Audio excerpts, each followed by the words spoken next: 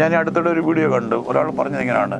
ഇപ്പോൾ ഒരാൾ പറയും ഐ ആം ഹെൽത്തി, ഞാൻ എനിക്ക് ആരോഗ്യമുണ്ട്, ഐ ആം റിച്ച് എന്ന് പറയുമ്പോൾ തന്നെ നമ്മൾ അറിയാതെ നമ്മുടെ ഉപബോധ മനസ്സിൽ കേൾക്കുക, നമ്മുടെ ശരീരത്തിൻ്റെ അവയവങ്ങളിലേക്ക് അത് കേൾക്കുക.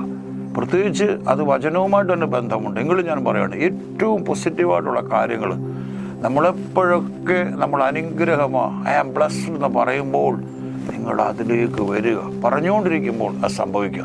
അതുകൊണ്ടാണ് നെഗറ്റീവായിട്ടുള്ള വേർഡ്സുകൾ നമ്മൾ ഉപയോഗിക്കുന്നത്. വളരെ സൂക്ഷിക്കണമെന്ന് പറയുന്നത്. അത് നമ്മളിൽ ക്രിയേറ്റ് ചെയ്യുക. രണ്ട് കാര്യങ്ങൾ നടന്ന പോലെ, നല്ലൊരു വിത്താണെങ്കിൽ അത് നല്ല ഫലം, ആകാത്തൊരു വിത്താണെങ്കിൽ ആകാത്ത ഫലം. നല്ല വിത്തിന് അത് ആ ഫലം മാത്രമേ തന്നേക്കത്തുള്ളൂ.